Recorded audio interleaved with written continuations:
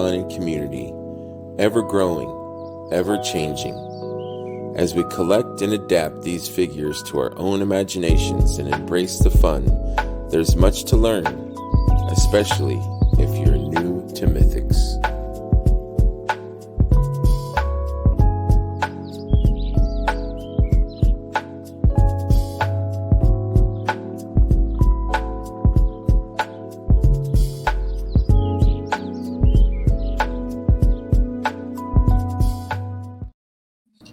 I love the opening music for that. I love it. I vibe to it. I'm just sitting here like grooving. Nobody could have seen it, but I'm sure you could. Yeah, the same. I was just like, yeah, it's just a good. I wish it would just keep going because it's just a good musical vibe. Yeah. Thank you so much for being on. It's currently 2:30 in the morning, and you and I have had a struggle trying to get you on. This is the second time that we've tried, second, I think. We've scheduled though at least what 4 times now though. I can't, or my schedule's been crazy because I work 2 hours away, and so I got to leave 2 hours before, and then it takes me 2 hours to get home, which that's never fun. Gives me about 2 hours after I sleep of free time. So I have no extra unless I cut into my sleep, which I am right now, but I do it for you. Oh, I'm sorry. Now I really feel extra bad. No. I'm glad we got it going. Anyway, so is that 2 hours highway or like 2 hours rural? 2 hours rural and then highway. So it's about 45 minutes where I'm dodging deer and possums. Awesome. And then it's on the interstate to Detroit. Okay. So anyways, that's fair. So welcome everyone to New to Mythics, the show about you, about people, about conversations.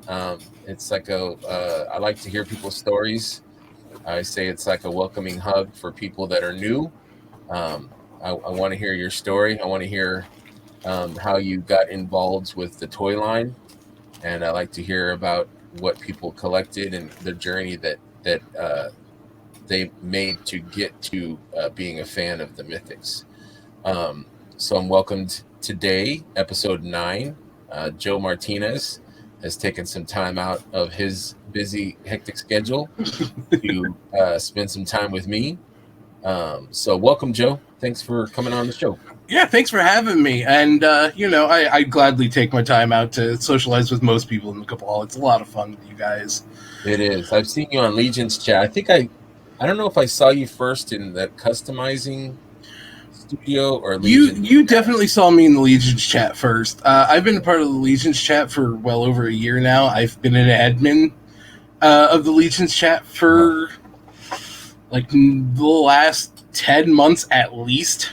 Yeah. Was that Colin's creation, or did somebody else come up with that? It was Colin and David Williams kind of came up with it. They just decided to start hanging out, and then they were like, let's make this a bigger thing, and so they started advertising it in the Cabal, and it's just grown a lot over the last year. Mm-hmm. Especially after Legion's Con last year. Like a lot of people were like missing everybody, and so we had so many people show up like the week after Legion's Con. Yeah, you get that remorse. You get that, what is that called? Where you're, you wish you were back at that amazing thing that you're. Yeah, nostalgia. Yeah. I know that's not the correct word, but it technically works. Somebody's yelling at the screen. It's called that. But yeah, I know. I'm horrible at remembering words. You saw me forgetting a word when we were prepping. Yeah. I can't help you. We won't be able to help each other. That's all right. We'll glide past.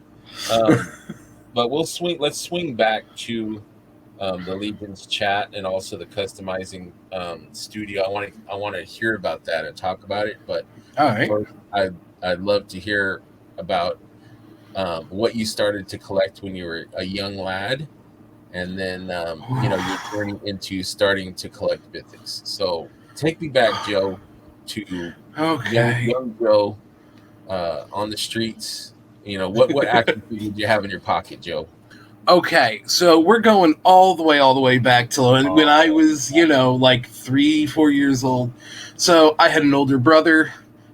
Most of the toys were actually his at the time, Okay. and Bonus. I always got like Hand-me-downs.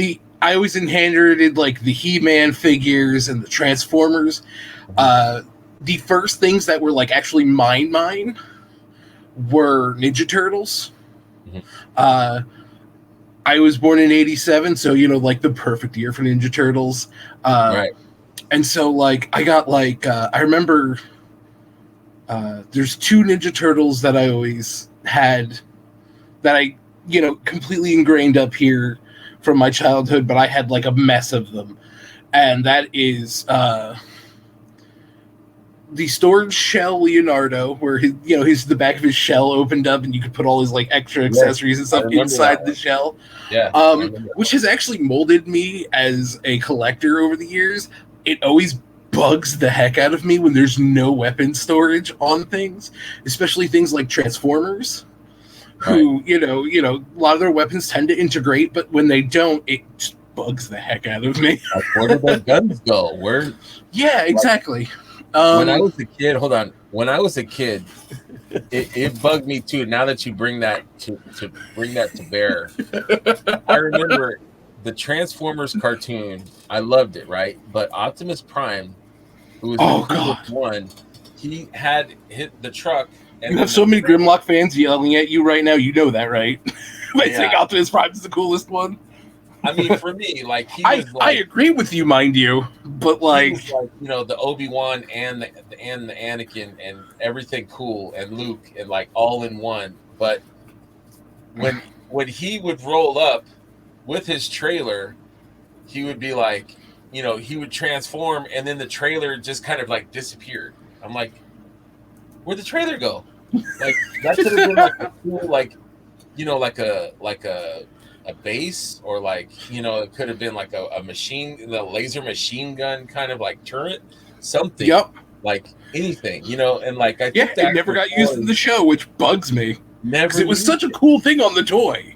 Yeah, because the toy had didn't it have like an arm, or like it had something, didn't it? It had. And it had this little like. It was like this little like cockpit thing that was on like an arm. And it was like a repair bot almost. Like you lay Optimus in there and it had like these little arms for repairing. Why didn't they use that? I don't know. If they had used it, maybe Optimus wouldn't have died in the movie. Right, yeah. Because like I just remember like every time as a kid, I'm like, where'd the trailer go? Like it would just kind of like disappear backwards. It was like like transforming, and then the trailer's like and like it'd be gone. I'm like, okay, that's kind of lame.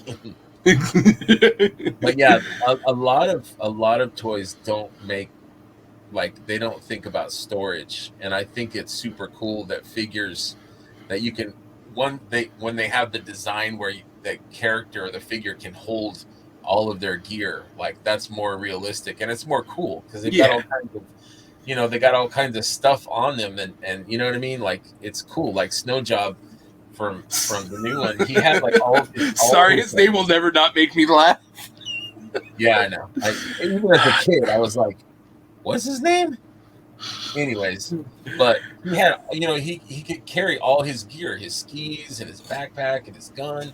Like, I love that. And that's something that's cool about a lot of the G.I. Joe stuff nowadays, the classified stuff, is they can kind of carry or stow their own gear. And I think that's cool. But I get it. I'm with you on that bugging me. Like, Yeah, it drove me up a wall. Always. It still does when I get figures that like doesn't have the weapon storage. I'm very critical of Transformers that do not have weapon storage these days. It's like, come on, guys, you have the technology. Right. Figure it out. Engineer it out. You know what I mean? Yeah. Yeah, I agree. So you were into you had Ninja Turtles. Yeah. This was the other one, by the way. Sewer Samurai Leonardo. Nice. Absolute one of my favorites. I bought from my local toy store, which I say local, but it's like an hour away. Local for you. It's local. Yeah. I was able to get it for like $10. He's complete. I'm happy with it. Can't beat that. Yeah, You just go that do- one's the one I have the most nostalgia for. Is that specific one for whatever reason? But did you go back? Because I did this about 2 years ago. I was like, you know what? I'm gonna just start buying old toys that I had. Like I kind of always did a little bit, but I'm like, you know what? Even ones that I didn't have. Like I had a neighbor when I was a kid that had these cool Star Trek, like Captain Kirk dolls by Mego, and I always thought that they were cool. They had like it was like Mezco before Mezco, like way before Mezco. Like they were 6-inch figures, multi-articulated, and they had they had a shirt, they had a belt, they had a gun, they had a phaser and a communicator. They had pants that like snapped. They had little boots that you put on. Like this is just like Mezco, and they were great figures. The likeness was good. But I remember playing with them as a kid in my neighbor's house, and I'm like, these are freaking amazing. So I started buying those on eBay. They're like $20, $30 a piece, until I had them all. But it's a fun little thing to go back and buy stuff that you had as a kid, just for that inward, the nostalgia. It's it's a powerful thing. Yeah. So that was just my toys as a kid, though. When you want to say I became a collector, we're going to fast forward a little bit to I think 1992 or 1993 when X-Men the Animated Series debuted. Okay. I had to have every figure from that series. Every single one. I had like 20 different Wolverines, because I made all the different Wolverines. I had obscure characters that no one had ever heard of because they only made one appearance in the comics and like never were saw ever again, and just I had every single one. And then like they came with the cards, which, I didn't really read the comics very much. As a kid, I really got that later in life, but they had the cards, and I also started collecting the specifically, I think the ones that I was collecting was the 95 Ultra Fleer X-Men cards, and they had little bios on the background. And I recently was I knew a lot about these characters that like would never appeared in this show, and I knew intricate details that were never ever brought up in the show, and I always used to wonder that. And I then realized recently, because I had thought about the cards and looked them up, and then I realized they have little profiles on the back, and that's how I learned everything I knew about X-Men, were these stupid little profiles. But yeah, that's where I really became a collector, was because of the X-Men. And then was that Toy Biz, or was that? Yeah, that was Toy Biz. Yeah, like they were really, I think, ahead of their time when it came to really, making better figures. You know what I mean? Oh, absolutely. Like, before that, it was kind of basic. I don't really know the whole history of figures. I just know it from a collecting standpoint. But I remember there wasn't a lot of good selection before Toy Biz and Marvel started making. I mean, I think they were the most articulated figures you could find outside of the old GI Joes, which had insane articulation, which they never implemented in larger sizes until relatively recently. Remember the Sigma? Did you ever collect the Sigma? Oh, the Sigma 6 GI Joes? Yeah, those are where they have cool. all the little ports on them and stuff. Yeah. I only owned 3 of them. It was a exclusive 2-pack with Storm Shadow and Snake Eyes, and then there was this other ninja character whose name I've completely forgotten. It was like, I found these because it would happen around the time I got my first job. And I was like, these guys, they're just ninjas and they're really cool looking. I have no attachment to the show. Let me get these, And it was pretty cool. It was pretty fun. But yeah, Toy Biz was just really on the forefront, I think. And I remember seeing the figures. I wasn't really a collector at the time. And then when my stepson got older and like the Marvel movies and like, you know, the Fox, like X-Men and Spider-Man, you know, with Tobey Maguire, when those started to come out, I'm almost positive it's Toy Biz. They did like the X-Men movie figures. Yep. And they did like the Spider-Man and like Green Goblin figures, and like they blew precursors to Marvel Legends. Yeah, it just blew me away. Like I remember buying my stepson and his two cousins. Two of them wanted the Tobey Maguire Spider-Man, and one of them wanted the Green Goblin. I'm like, this kid, I like this kid. You know, he's going for the villain. And I remember kind of like once they set them down, I kind of like picked them up, and I'm like, dude, this is not the figures that I grew up with. You know, like, yeah, I loved Masters of the Universe just like most of the kids from my time. But Masters of the Universe was a great figure, but like the articulation was just not there. Like you had the arms and the head, but like the legs were kind of like stuck in this bow-legged position where like, you know, you couldn't really do a lot with them. Absolutely. Just like seeing these hyper articulated Toy Biz figures, you know, like what was her name? The lady that turned blue. I forget her name. She changed. People are yelling at the screen again. Mystique. Yeah, like I bought the Mystique figure. And I was just like, this figure is so dang cool. Yeah, you know, Green Goblin was so cool. It's just unbelievable. So like they had really grown from those early basic Toy Biz figures into like these really, you know, hyper accurate, and you know the head sculpts. You know, I remember like there was a Wolverine one with like a motorcycle and stuff. And I remember that figure. I know the exact one you're talking about in my head. Yeah. It's just good stuff. So that was really that was like your time when you really got back into collecting.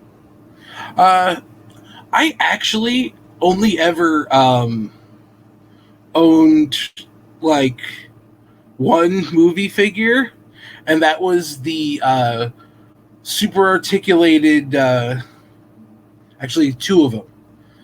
The Spider-Man one, super articulated Spider-Man. That with the toe. He had the toe thing. Yeah, he had the toe thing, and he had like, you know, his hands were like this, and you could just go. you know? I remember that. I bought myself that figure. Yeah. That one's from the first movie. But then when the second movie came out, they released a different one, and every single one of his fingers had articulation. I was like, oh, I have to have that. I have to be able to have my Spider-Man flip people off. Right? Yeah. That's the first thing you do. Like, hey, look. You know. Yeah, but what was more important to me is he could, you know, shoot webs, but also punch villains. You know, that was really what it was to me, because, you know, who wants a Spider-Man who's trying to punch his villains like this? Yeah. Right. Yeah. You know? And that still aggravates me. I think nowadays there's no excuse for not having more hands, more choices. Yeah, absolutely. With all the toy photography and stuff. It's like, you got to give me more hands. You got to give me more options, because just, you know, like back in the day when it was like the first Star Wars figures, you had this hand, you know, and then you would have like the other hand would be like this. It's like, okay, what am I doing here? You know what I mean? And what's going on? Like, there's not enough options. I need more. Yeah, definitely. But you had asked me if that's when I had gotten back into collecting. The thing is, I never stopped collecting. So around, like, you know, I eventually, as the X-Men figures kind of like died out because the series had ended, I didn't pick up, you know, the stuff that they were continuing to put out for that. And I ended up gravitating towards wrestling. And so I started collecting a bunch of wrestling figures. My collection for wrestling figures was disgusting. I sold off most of that. Yeah. But, like, that's what kept me going. And I kept collecting wrestling figures. And then that Spider-Man happened, and I was like, ooh. And then, like, I held on to that for a little bit. And then finally Marvel Legends comes out. And I'm like, that's pretty cool. And I remember when Series 1 was on the shelf, and I'm looking at Captain America. And instead of getting that, I was just like, oh, hey, that Lord of the Rings 2-pack looks really cool. And I ended up choosing the Lord of the Rings 2-pack instead, and I'm like kicking myself for that to this day, even though I absolutely love that Lord of the Rings line. I didn't know that Marvel Legends was going to be so scarce after that first sighting, because that was the only time I ever saw that series. Was that one day. Mm-hmm. Which, I'm trying to think, which Captain America was that one? Because I've had a few. That was like they painted on his scales. He came with a backdrop that was just like a broken down building. Mm-hmm. And I think he came with a flag that plugged into the base. I had this one that was awesome. He had like sculpted scales. That was Toy Biz? I think it was Toy Biz. Yeah, that one was the Ultimate Captain America one from, I want to say, Series 7? Came with the stand. Or 9? Yeah, he came with the stand that was like this like crest. Yes. That was like Captain America. It was like there was an A in the center, and then it had a little flight stand attachment, so you could have him like pose dynamically. I remember. I have, which, by the way, you know how I just identified the figure really stupidly easy. Yeah. That is how my brain works. I can identify a figure based on a few details a lot of the time. Yeah. I wish I could remember what exactly the series was. I want to say it was either 7 or 9, and I can't remember which one, and that bugs me right now, but it's not important. That was one of those ones where it's like, you know, I was kind of a casual collector. It's like, you know, I've always loved Captain America, so like if I saw something cool that was Captain America, I might pick it up. You know, but I saw that figure and I was just like, whoa, that figure is freaking cool. And I remember opening it and just like witnessing like all of the articulation and the coolness. I always loved the scale of his you know, his shirt. I always thought that was cool, and I would put it on my desk at work just to look at it. You know, it just made me happy. So for me, that was like a really early like plastic therapy thing, where it's like, you know, you might have a crappy day at work, but you just like stop and look at that cool figure, and it's like, okay, you know, I'll get through this day. It's a cool, or you know, you just sit, you'll play with it or move it, or you know, pose him with the shield or something. Yeah. My first Marvel Legends purchase actually was the because I was an idiot and took way too long to get into the line. Was the Toys R Us exclusive X-Men like 5-pack that was like Rogue, Gambit, Beast, Magneto, and Wolverine. I think I remember that one. Yeah. What year was that? 2000 something? 2004 probably. Yeah. And then I also got the what was it called? It was a set with, and somebody's probably going to be yelling at me in the screen when I mention who's in it. It's Daredevil, Spider-Man, Punisher, and Elektra in it. I can't remember. I want to say it was like Urban Knights, but that's not right. I know it's like not right. That. Yeah, I know it had knights in it, but I can't remember what the other thing is. Yeah. But anyway, it was, I bought those two packs on clearance, and I paid like $50 for 9 figures, which even back then that was like a really good deal. And it's one of the best Spider-Man figures I ever owned. Yeah. That might be nostalgia speaking, but like, it was so simple, but it did everything it needed to do, and I liked the proportions because it reminded me of the comic book rather than an actual person. Mm-hmm. And, you know, you're not going to get that so much nowadays. But, like, you know, I loved it for that. So what was it about these figures that, like, drew you? Like, was it the articulation? Was it... 100%. Okay, and were you... absolutely the articulation, because I used to be that kid who would be like, G.I. Joe can do this. this figure is even bigger. How could it not have the same articulation? There's no reason it shouldn't. And that used to always bother me as a kid. I was that kid who I wanted ultra articulation. I didn't want the stupid little, kung fu action or any kind of stupid feature like that. I hate features. I hated features in figures. I still do, but you know what? One of my favorite action figures of all time has a feature, and I love that feature, which is He-Man's Cyclone. Oh, where he spins? Yeah, I love it. I'll sit here and play with it all day. All day. Some of them are cool. Like, I like to spin battle damage on his chest. I thought that was absolutely cool. The big thing about this action feature, though, is it doesn't hinder anything else. That's important. Yeah, he still has all the same articulation any other He-Man figure would have. The only thing he doesn't have that all the other He-Man figures have is that, like, pull back and punch, But, like, this is better than that. Absolutely. Yeah, absolutely. And technically, it also gives him an extra bit of articulation in that he can do that, Yeah. So to me, Cyclone has always been awesome. Yeah. Every once in a while, you might actually catch this now in the future. You'll see me. I'll be playing with a Cyclone. Now I'll be watching. I'm like, like we'll be in Leisure Chat, and I'll just be like, I'm like zoning out a little in my own little world, just like do. And I have almost every single Cyclone, so you'll see a different Cyclone. Yeah. Sometimes, I've got this one. I've got the 2000X one. Yeah. It's always nice to have a figure at hand somewhere that you can. I've got the brand new one who also has the action figure. The fact that it's got all the articulation and still has the action figure, I love this. Or the action feature. So sorry, I have so much stuff in. That's why you're here, man. Yeah. So you were kind of always like an articulation snob, like you needed that absolutely articulation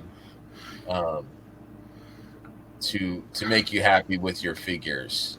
And so Marvel Legends was kind of like that premium figure that was really making some amazing, sculpts, some great characters.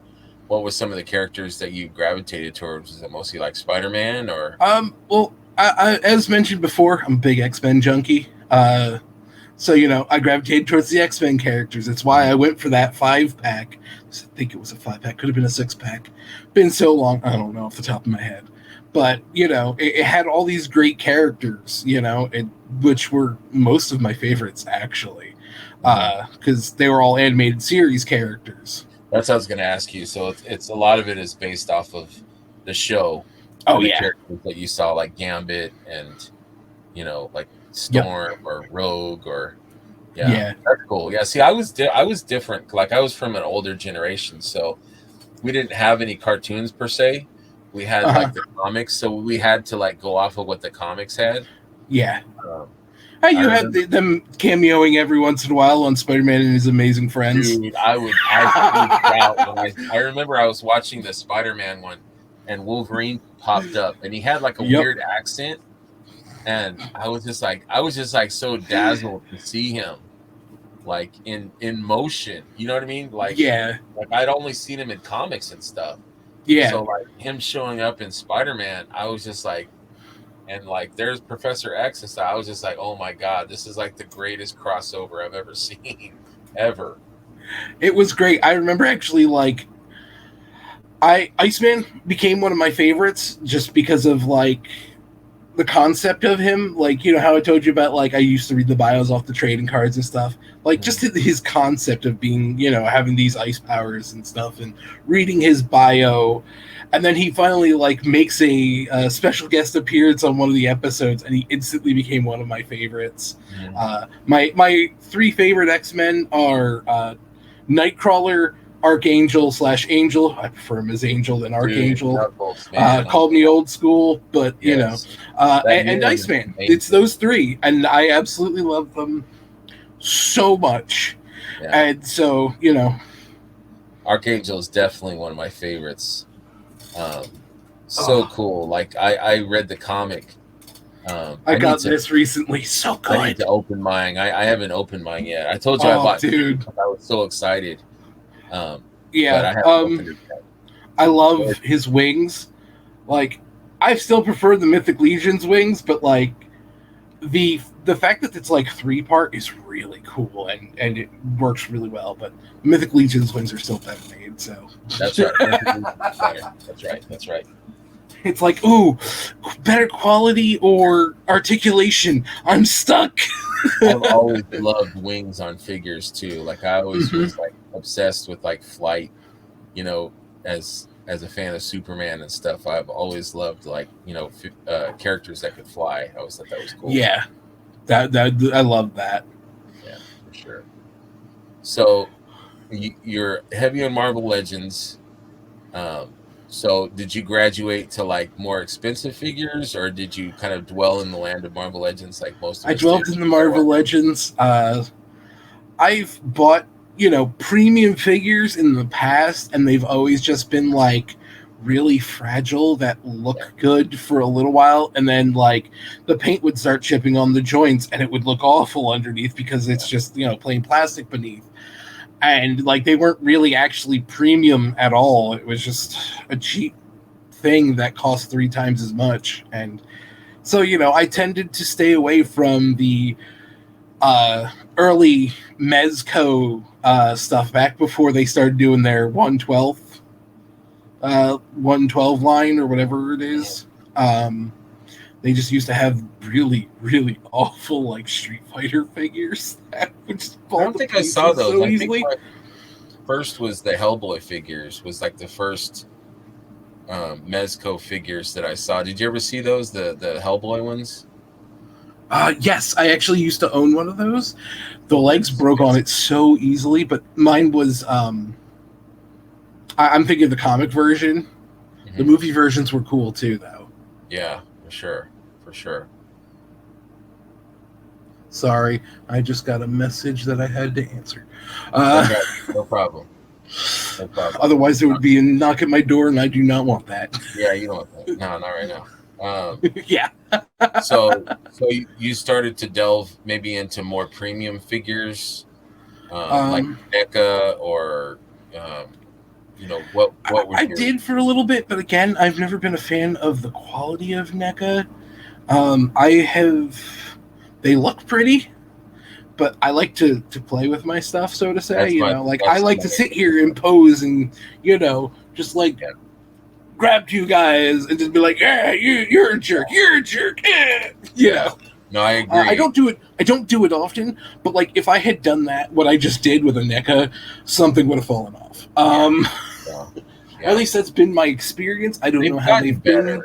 They've gotten better, but yeah, their old figures were like so fragile. Like, like they would self-destruct like right out of the box. It's like, oh man, you know. Yeah, so I've just was like, it's best if I just stay away. McFarlane used to be the same way. They've recently gotten much better since they got the DC license, but just before the DC license, their figures were really bad. Yeah, no, I'm with you. The skin tones on things would look blotchy, and like the amount of paint that was on them was like really gross. But you know, that was my opinion. But like, I'm very happy that McFarlane's actually stepped it up and is keeping a really low price point, which is very surprising. Yes, I feel like he's kind of oversaturating with all of his stuff. Almost like he's just like throwing everything at the wall, and like whatever sticks. Yeah, whatever sticks, he then makes 50 more of it. Yes. Which I get it, but like at the same time, sometimes we want some of those niche characters. Come on, I was just about to make that point. So for every like 50 Supermans with goofy, derpy faces, he'll make one good one, or he'll make like a Booster Gold, or like a classic Blue Beetle, or you know, the Question, or like these older characters that I'm like, oh, I gotta buy that. You know, like Go ahead. My one thing though that like really bugs me about McFarlane more than that is the they're always looking to the side. Oh yeah, I read about, somebody had mentioned that And I didn't even think about it. And then I started looking at my Batman figures, and I'm like, oh, he is kind of looking to the side. I was like, I didn't even. I'm more Yeah. on the plastic capes, dude. I hate plastic capes so Yeah. hard, so hard. It's like Yeah. it just limits articulation so much. Like, yes, on the shelf they look great, but like it doesn't even look like a cape. It's like a plastic I don't thing. know why I'm So, looking at my Mythic Legions for an example of a plastic cape. They never use plastic capes. no, thank God. God. Although I'm not really a fan of the plastic, the tabard on the front. I feel like it kind of limits articulation a little bit. I hate that mold so much, just because I'm not a fan, but just mostly because it got really overused in a short period of time. yeah. It's really no one's fault. It's just how So I let's feel talk about about it. let's talk about how you got into Mythics. How did you first learn Okay. about the line? Where did you see it? You know, where Okay, so this takes us to back over 10 years ago now, back when the He-Man classics were going on. Mhm. That's basically where it all starts. I was collecting those pretty hardcore. I was big on the He-Man.org message boards. A lot of people used to just basically know me. I'd meet them at conventions. I'd be like, oh, hey, I'm, XYZ. It's like, oh, man, that's you. Used to do a lot of customizing of that stuff.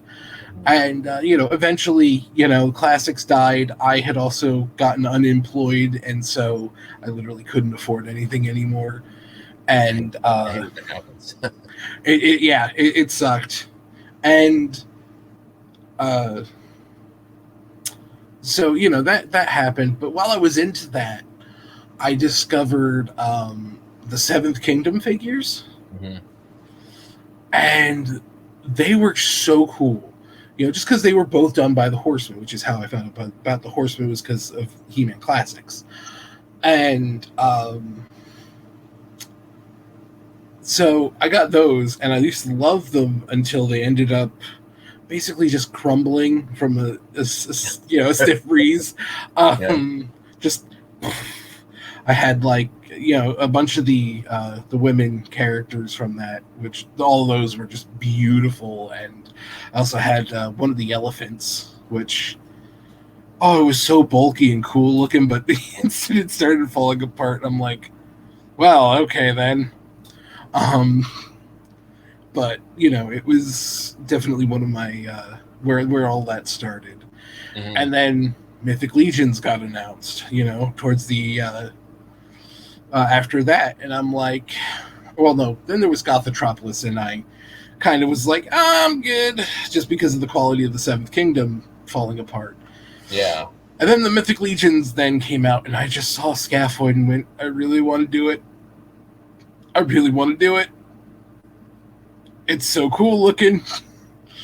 And then I didn't, because I kept reminding myself, it's an indie toy. It might be like the other ones made by the Four Horsemen and fall apart. Man, Was am I that kicking myself now knowing what I know? Was that only available through Kickstarter? Was that the only way you could buy them at the time, or?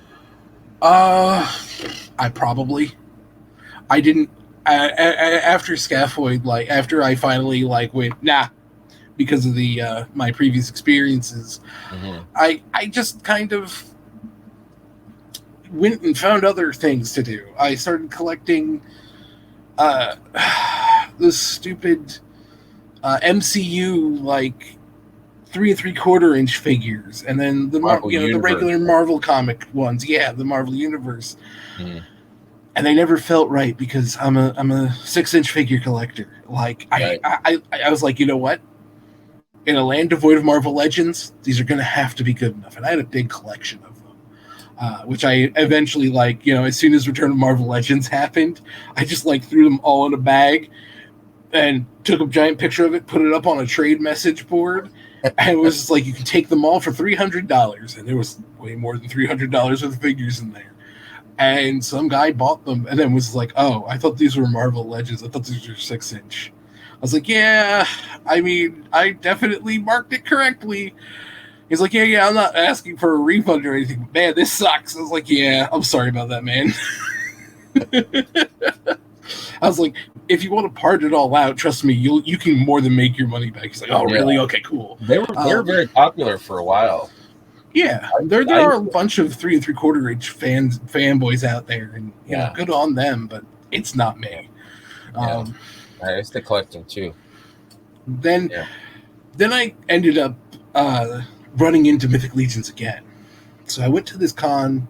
I think it was the North Carolina Comic Con in Raleigh, and almost every other vendor I went to had that scaphoid sitting there for $35. They all happened to be at that same price. I kept looking at it and I'm going, man, that reminds me so much of Skeletor. It's so cool looking. I just can't pull the trigger because I'm constantly getting this stupid worry. And again, went to the wayside. I'm collecting Marvel Legends. And about a year and a half ago, I was looking at the prices of Marvel Legends, and they were like, this is when everything, the prices of everything were just suddenly skyrocketing, and they were releasing a Spider-Man with like no accessories for $40. Like that was the actual MSRP on the thing, and I'm like, crazy. All right, I'm going to look at some premium figures since they're only $10 more. Yeah, let's see what I can get. And then I was looking around, and I'm big into D&D at this point. I just got into D&D like 8 years ago now, and so my brain's like big on D&D. I'm what's called a forever DM, and I saw Thrace, and it just hit that right spot with me. I pre-ordered it, and the site I pre-ordered it on said it would be out in January. Or no, not January, in February, and this was in January. It did not come out within a month.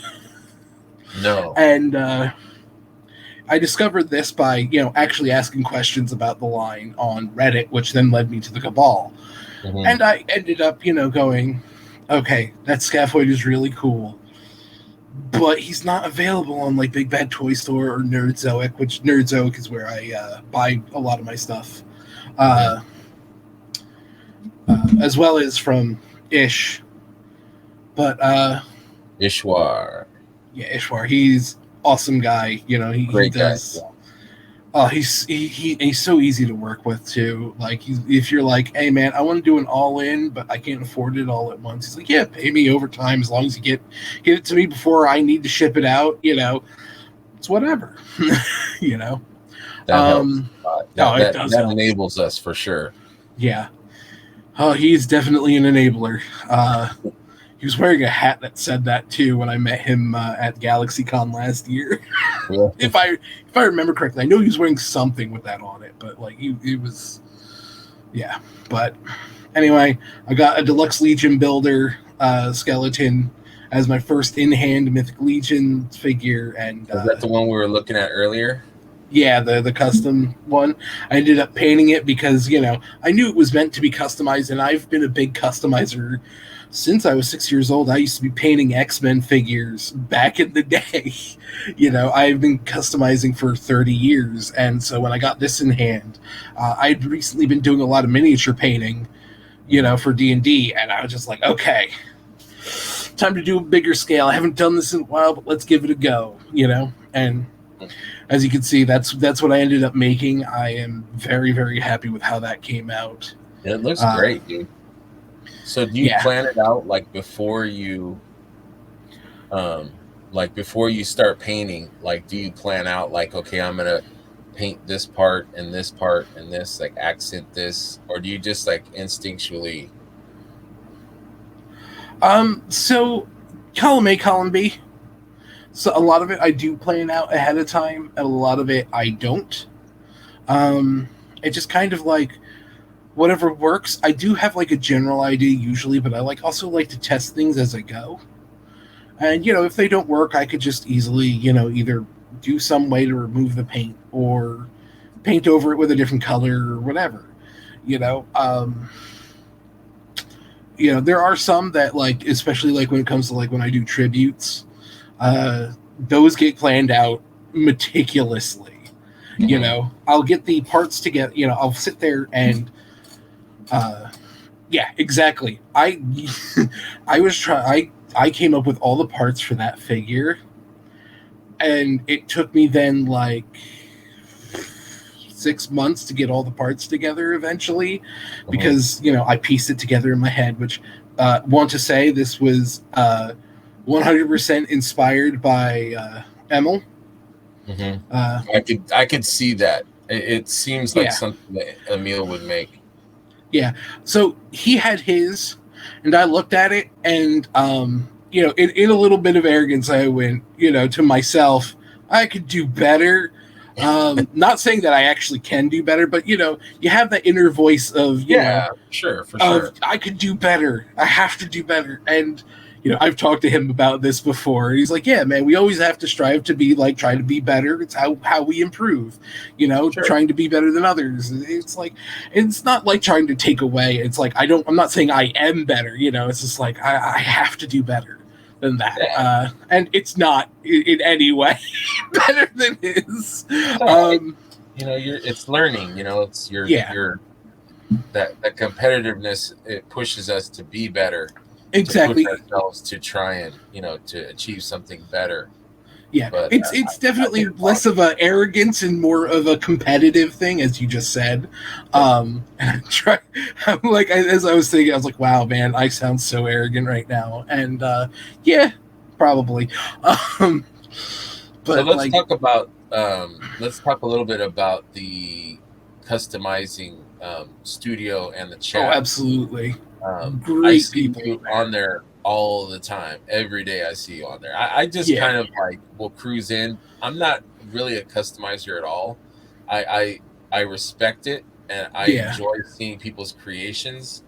And I think I will eventually, like, because Curtis will tell me, like, hey, you need to start painting something, like I'm a freeloader, like, hey, if you're going to be in here with us, you need to start painting something. So I've bought. Don't make me send you stuff to paint. I'll do it.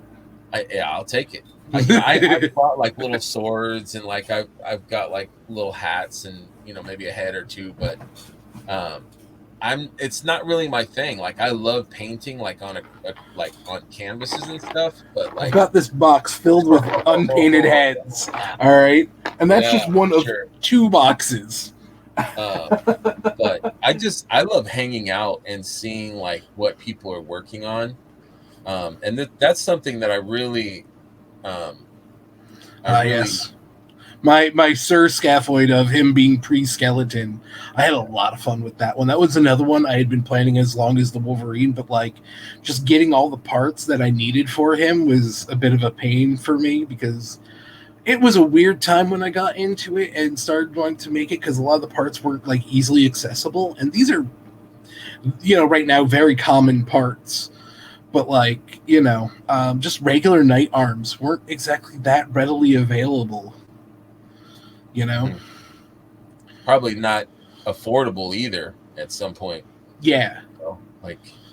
And that's something that I think you customizers have to deal with is, I was looking at a post that Mira had made, who's a very prominent person in the customizing and the Cabal. But she wanted to break down like a Morgulith, and like, when she told me this, I wanted to cry. Like, oh my goodness! I want a Morgulith. Morgulith is one of the like 2 skeletons I don't have, and because I'm big on the skeletons, if you couldn't tell by me constantly talking about Scaphoid, and when she's like, yeah, I wanted to customize, I'm like,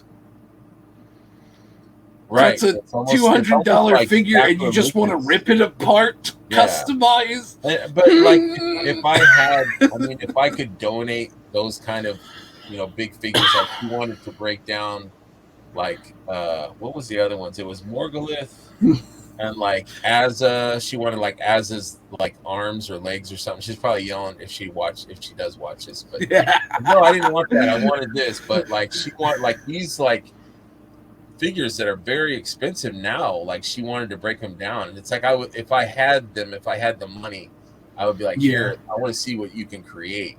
And that's why I really wish that they could do more reissues, like reissue, like, and this is where all the old dogs are like yelling at me, like they're probably like turning off the show right now. Reissue everything, like us newer fans will buy the hell out of that stuff. I guarantee. There's some stuff that like it's just not going to move, but yeah, I guarantee like right. People No, with unique parts, people with unique parts, 100% like Morgulith. Yeah. But I'm suspecting we're getting a new Morgulith soon, like a version 2. That's my suspicion. I hope so. Because they reissued Mandibulus, but not his sister. Come on, they're planning something. That's my theory. Anyway. I hope so. I would love it. So. Yeah. She's just so cool looking, and I actually pulled her on my mystery box. So I'm so jealous of you right now. You have no idea. I was shocked and stunned. I was just like, oh my god! Like I haven't opened her yet. Like I just sit and like look at her like reverently. Like oh my god! Like I have her. She's gorgeous. But I wish so that jealous. they would either do reissues or do like, okay, we're gonna do an unpainted version of Otho. And then, or like pieces, or like head sculpts, and like, here, you guys, here's all the toys, all of the sculpts. You guys have fun. Like, show us what you got. You know what I mean? Like, I wish that they would do that, because like, there's some like Armies of Ashmore is one that sells like their unpainted versions of their figures. You know, kind of like Mythics test shots. Like I wish that they could just reproduce these just blank canvases for people like Mira or people like you that could just make all kinds of shit beautiful with. You know what I mean? Like I would love to see if you had unlimited parts, like what kind of crazy amazing creations could talented customizers make? You know what I mean? Oh, like absolutely. That's what I want to see. Like I want to see what people can come up with. You know what I mean? Yeah, that one you're showing right now is actually a commission I did for some guy I was working with during a remodel of my store. They put me in charge of the remodel, and he and I just got to talking, and he's like, "Could I commission you to paint me something?" I was like, "Yeah, sure. What do you want?" He's like, "Make me a dwarf and a necromancer," which I didn't send you a picture of the necromancer because that meh. The necromancer is just kind of meh to me, but this guy I love. That armor is wonderful, dude. I love it. Yeah, my favorite thing about that armor, stupid enough, is the little bits, the little golden bits. They pop. They don't pop so much in this picture, but like in person, the gold bits like really, really pop on the figure, and it's my favorite part about it, which is kind of silly when you just like look at this whole thing, But yeah, that oddly enough is my favorite part. Sometimes it's just the little simple things. What's the story on this one right here? You sent it to me, and I was like, "What am I looking at?" Calvin and Hobbes. Oh, walking along the log. That's actually a root sticking out of the ground because I couldn't find a stick that those two could actually like stand on. Dude, I was at a loss. I'm like, I don't know what this is. I don't know what he's trying to emulate, but I totally see it now. Yeah, and that's funny. That's been everybody's reaction. They're like, I don't get it. And I go, Calvin and Hobbes are like, oh my gosh, how did I not get it? Right. That's got to be one of the most creative customs I've ever seen. Thank you. I really appreciate that, especially considering I've actually been trying to put these together just as long as the Wolverine. I remember, like, I was talking a lot to Jordan from the Purple Gang. My man. Shout out to them. Shout out to Purple Gang. Go ahead, like, sorry. No, it's all right. So he and I were just like I was discussing with him like all these customs I had planned, like the Wolverine. That dude is so smart. And the Calvin and Hobbes and there was the other one that was playing to make just as long as the Wolverine that we were talking about a second ago, and I can't remember because my brain is the worst.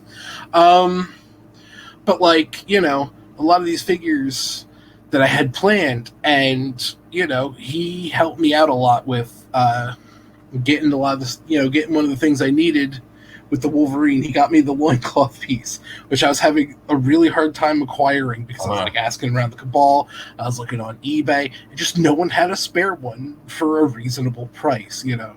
Yeah. Every time I was asking for it, people wanted like $30 for it. I'm just like, yeah, just for that part.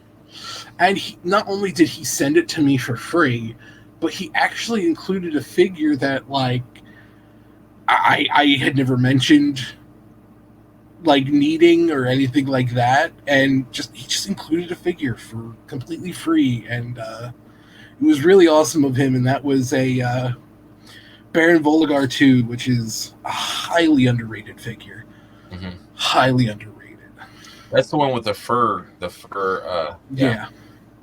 So much. I think the fur throws people off on that figure. I know it threw me off, but once I got him in hand, so good. He's like Vampire Pimp Daddy. Like he's super cool. Yeah. So much different than the first version. You know what I mean? So much different. So, do you have a favorite mythic or like a faction or? So my absolute favorite faction is I got two. I got a good favorite and an evil favorite. I love the skeletons. Necronominus is absolutely my favorite of the evil factions, and then I love elves. Just period. Elves are awesome. I find them extremely underrated. You know, I think they need more love. Actually, the stunties be damned. And by stunties, I mean the dwarves. Yes, come at me, Kings Under the Mountain. Come at me. You don't want that thunder, man. You don't want that thunder.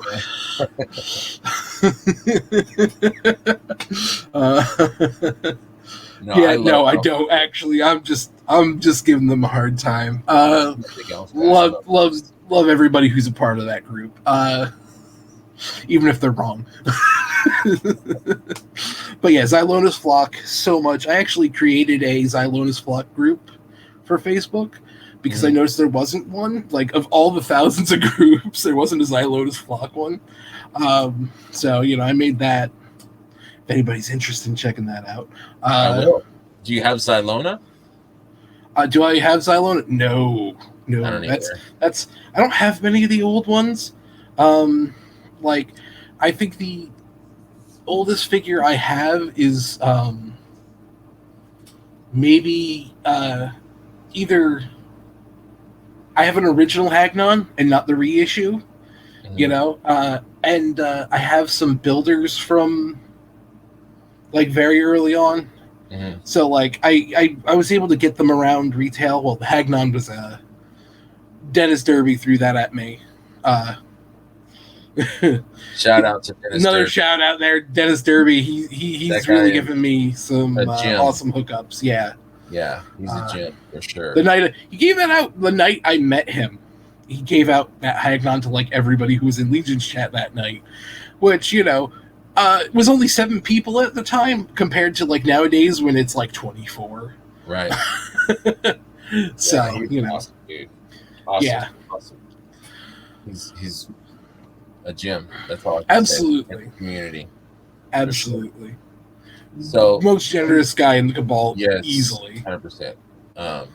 So you really have bought into the customizing studio, and I see like there's so much interaction, but there's like the regulars, and you're one of the regulars on there. Yeah.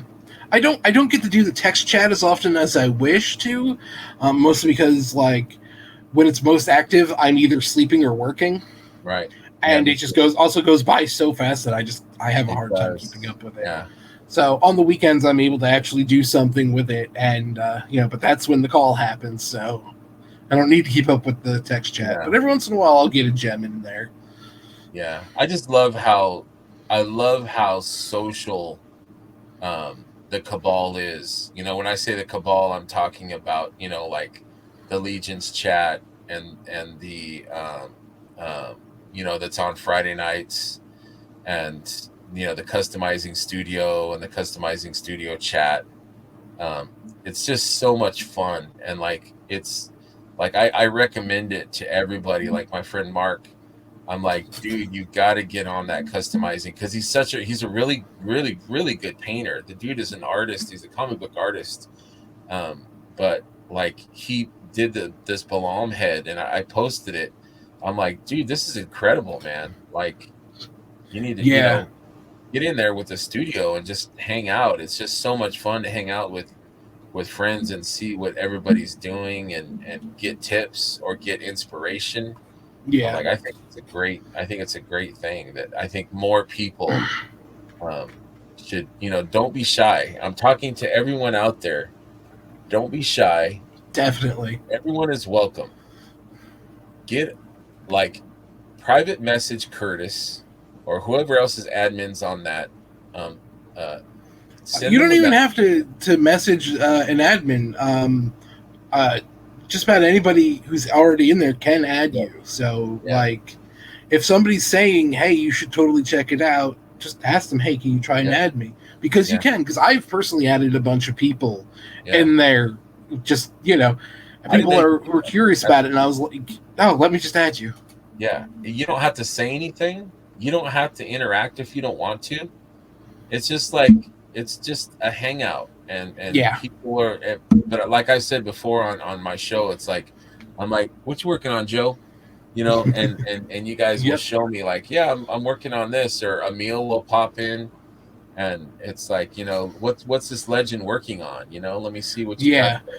That's one of my favorite things about it is you get guys like Eric Miller in there. I've talked to Emil, Joe Vasapolo is in there every once in a while, which is a really cool one. I don't see a huge shout out to him for popping in there, because like I get to pick his brain on like I was there when you were talking to him about different things, and I was like, wow, to have a one-on-one with Joe, like I would kill to actually have a one-on-one conversation with him instead of like trying to get around about kind of just like listening.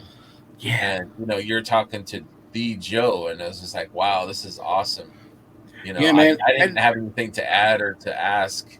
He doesn't know who I am, but I'm like a fan. Like this guy is amazing. Like when I talked to him at where was it at? I think it was ZoloCon, and we were talking about Batmobiles.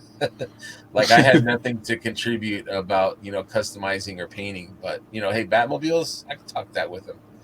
But super cool, and it's so awesome to be able to connect.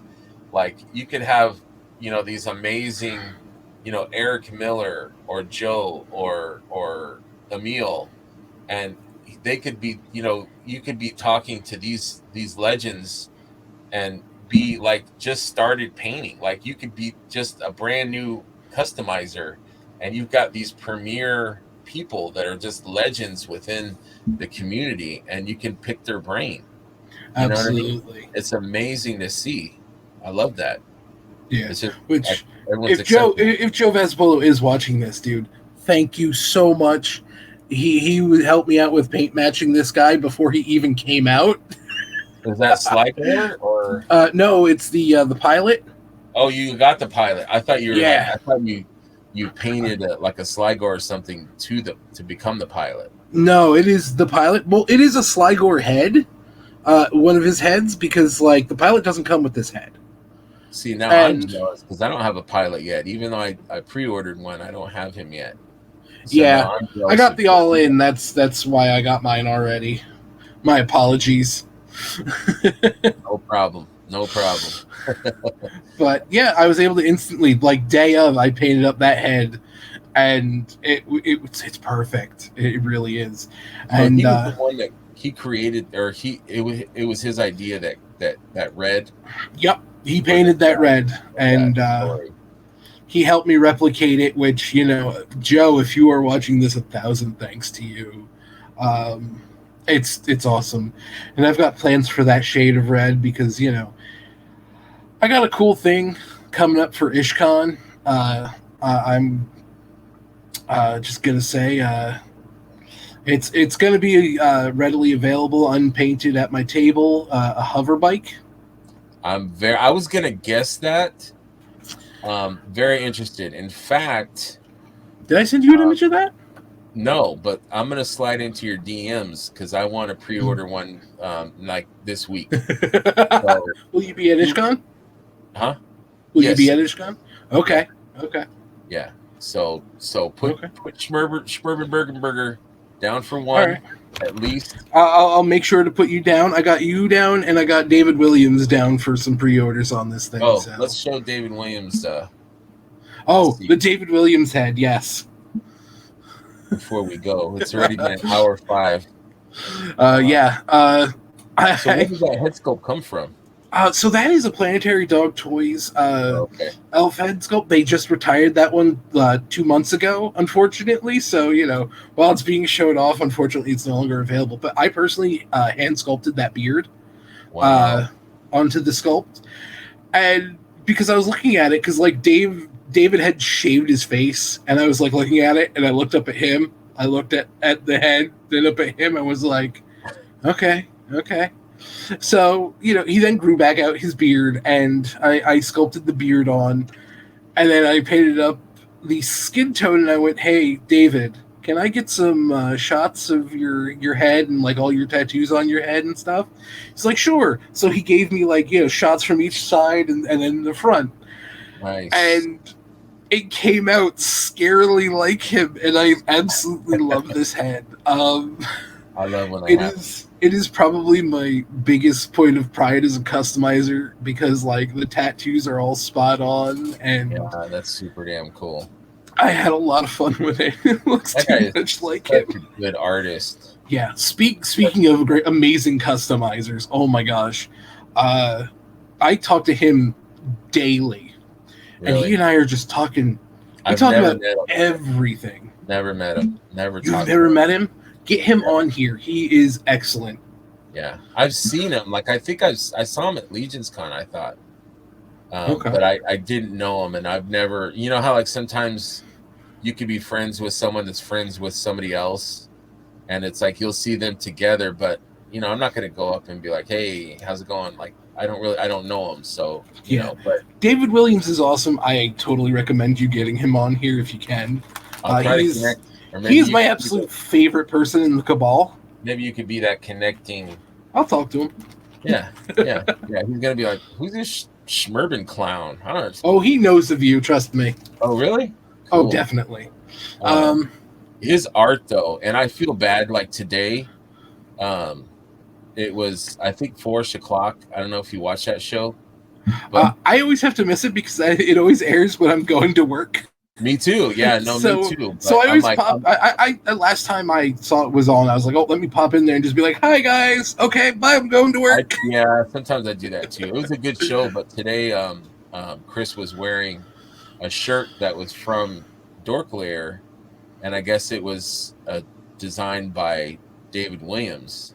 Yeah, and I couldn't really see it, but I had given Chris a Schmerbenbergen t-shirt for his birthday, and I'm like, my shirt is better than that shirt. And then I was like, God, that sounds like an asshole. I shouldn't have said that, because I kind of just crapped on Bill and David Williams. So I know you guys are probably never going to watch this show, but I apologize. You guys are both way better.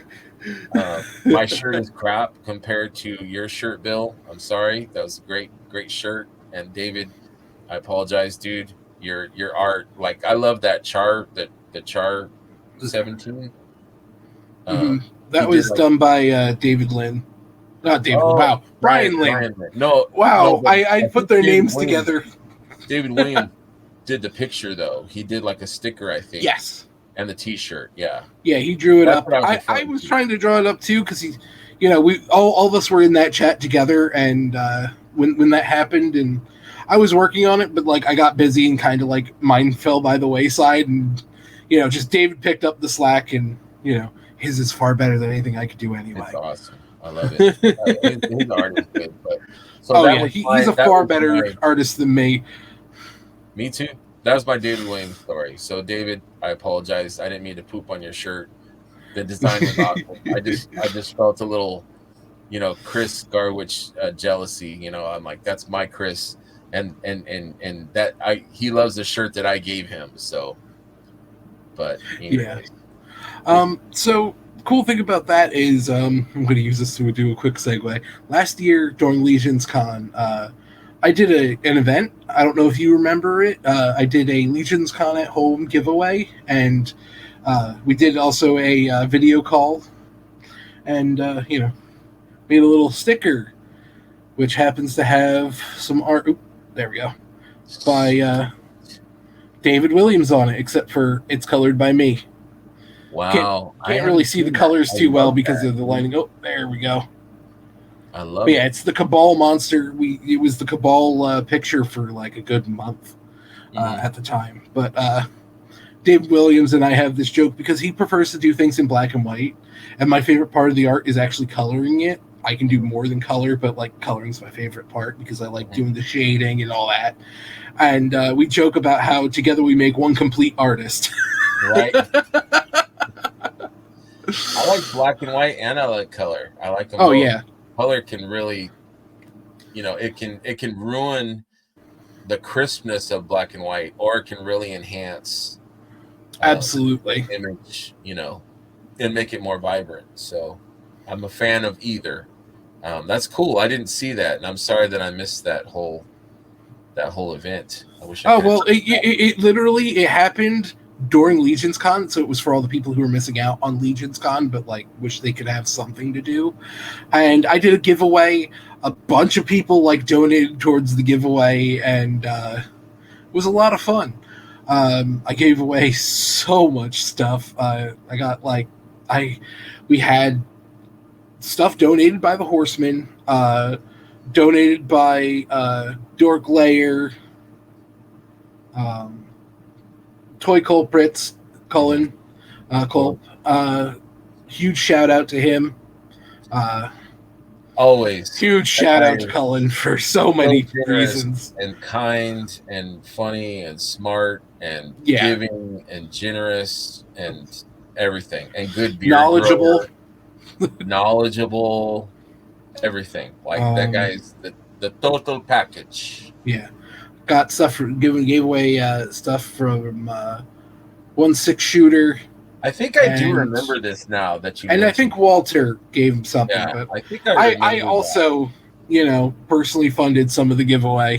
Mm-hmm. I think I actually funded most, a lot of the giveaway more than any other single person. Sound bitter. Huh? So you sound a little bitter there. Oh.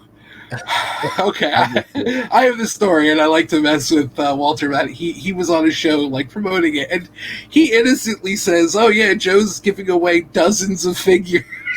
Meanwhile, I ended up only giving away about 7 figures in total after donations from other people, and I was just like, I hope nobody complains about how there's right. Yeah, where's my dozen? Where's the dozen?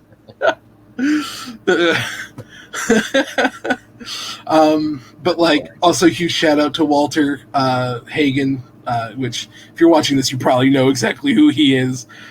He was, advocating for me on a show, which was really awesome of him. And, he's also been a huge, supporter of stupid little things I do. He's a good dude. He's in Legion chat quite a bit too. Every time. He's been. He used to like show up like once every like 3 months before Legion's Con, and Legion Con happened, and he's just like, I miss everyone. That was like the first thing, like the week later. He's just like, I miss everyone. So, hi, everyone. And then he's just been a mainstay ever since. Yeah. So if you want to meet Walter, come to Legion's chat. Yes, absolutely. We got to wrap it up, Joe. Oh, yeah, sorry. I enjoyed talking with you too much. I'm sorry I took so long. No, that's okay. It's 3:45 though, and my eyes. Shoot, it is. I got to go to bed. But dude, I've had so much fun, and we're gonna have to have you on again now that you got your computer Awesome. situation figured out. Yeah, this worked out really well. And I next time, maybe I should ask you a bunch of questions. It's never been done before. I don't know how I would react to that, but yeah, no, I'm down for it, dude. I'll hit you up, but love to have you back on for sure. Absolutely. I had a great time, dude. Me too, man. It's always good talking with you, man. Always You're a great guy. Thank you. You also. So check Joe out. Yeah, check me out on Instagram at Drow Taylor. Got his Instagram right here. He's got it also below his name. Yep. Dude is a mainstay in the customizing studio. Hit up him, direct message him, or anybody that's popular in the Cabal or anyone artistic. They're there. And check it out. Like I can't tell people enough. Check out the customizing studio. Check out Legion's chat. Like, get out of your shell. And to quote the amazing Curtis, like, this community is what you put into it. Like, whatever you I'm tired. I can't think of it, but basically, like, it you get so much out of what you put into it. Yeah. So, put some heart and some effort and your time into this community, and you'll be rewarded like 100-fold. Like, I've got so many absolutely amazing friends, because of this community. What can I say? Like, I'm grateful. So please, people, check out the customizing studio. Check out the Legion's chat, which is on Friday. Look for Joe. Dude's a celebrity and super nice guy. Yeah. I'm no celebrity. No one knows who I am. Yeah, people know you. Check Joe out, and we'll see you guys next time. Thank you so much. Thank you, Joe. Yeah. Oh, and really quick. Yes. Come to IshCon, people. IshCon. Yes. The first weekend of August. I'll be there with a table. I'll have all kinds of cool stuff, like a hover bike, 3D printed for Mythic scale. It'll be really cool. Don't forget me. I won't. Okay. I'm there. Don't worry. You're definitely like going to be on the list. I'll make sure like an extra gets printed, so this way nobody else misses out with you. Thank you. I will hype you up, man. I got you on that, dude. But please do not flood my inboxes with requests. Just like everyone else. No. I know we don't have time because we got to go, but I've said it before, like, the creativity that this toy line invokes is just incredible. Like, absolutely, I love it. I love to see what people create that's inspired by this line. You know what I mean? It's just vast and limitless. It's as far as people's imaginations. So to see that you have a venture with vehicles and stuff, I'm all for that, dude. I support you. It's gonna be great. I can't wait to see it, dude. I can't wait. And with that, we're gonna wrap it up. Thank you again, Joe. Thank you. You have a great night or morning. You too. Yeah. And we'll see you guys again. Bye, everyone. Peace. You too. Take care. Remember, friends, to always have fun, be curious, share, and enjoy what this line has to offer. Come for the toys, but stay for the friends. Good night, and thank you very much.